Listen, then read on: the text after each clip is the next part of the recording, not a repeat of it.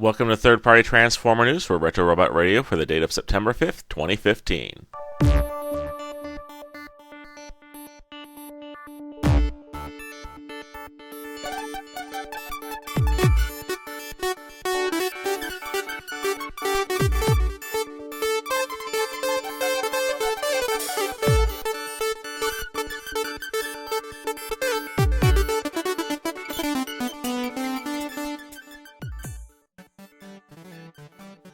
Alright, Corbot V showed off some renders of their upcoming homage to the Transformers movie Alicon.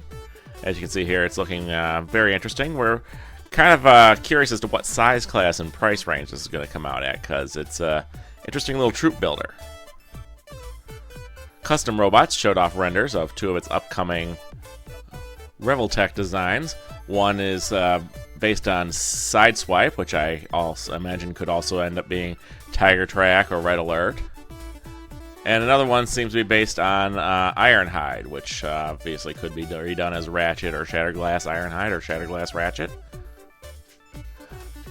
Eness labels showed off some sticker sets for third-party Transformers.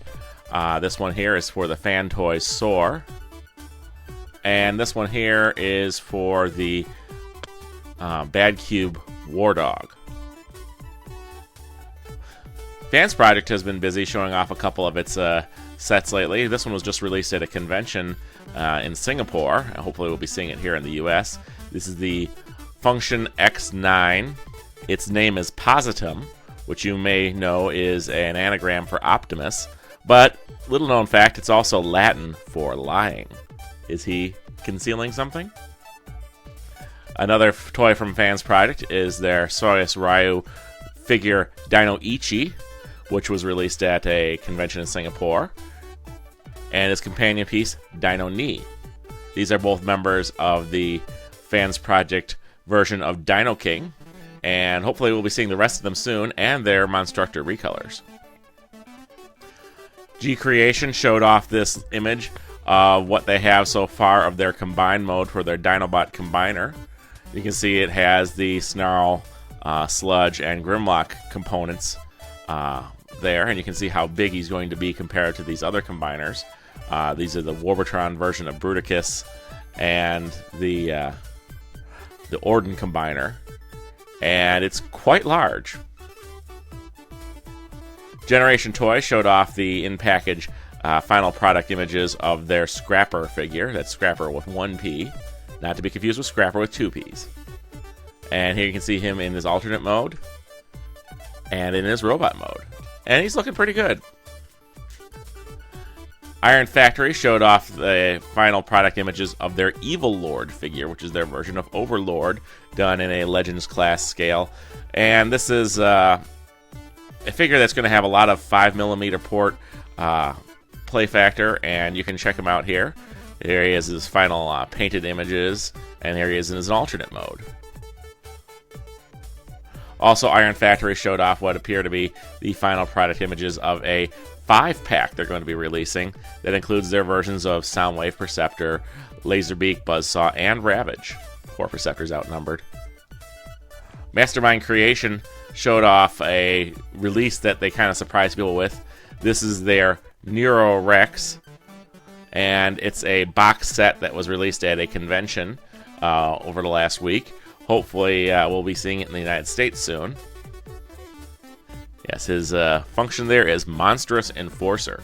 I wonder if we're going to be getting a black version of the Saber 6th figure sometime. Mastermind Creation also showed off some images of their upcoming Sphinx, which is their version of Mirage. And the first release of it will come with its own parachute, as seen in the 3rd episode of More Than Meets the Eye. Play With This 2 showed off some images of their upcoming figures for their Kickstarter, which should be starting later this month if everything goes according to schedule. This is the Customizer edition of Boneyard, which will be coming in white plastic, and people can paint it however they want, in case they want to make their own version of the character, or use it for mixing and matching with other parts to come up with their own original ideas. We also got painted images of the prototype for Jet Strike. This was painted by Get Right Robo. It looks real good. There is a bit of a rough surface to it because of the material it's made out of. And I'm also told that it's very fragile around the shoulders because of the material it's made out of. It's made out of 3D printed prototype, which makes it very difficult to pose and assemble properly. But they did a good job trying to show off what the plastic figure will basically look like.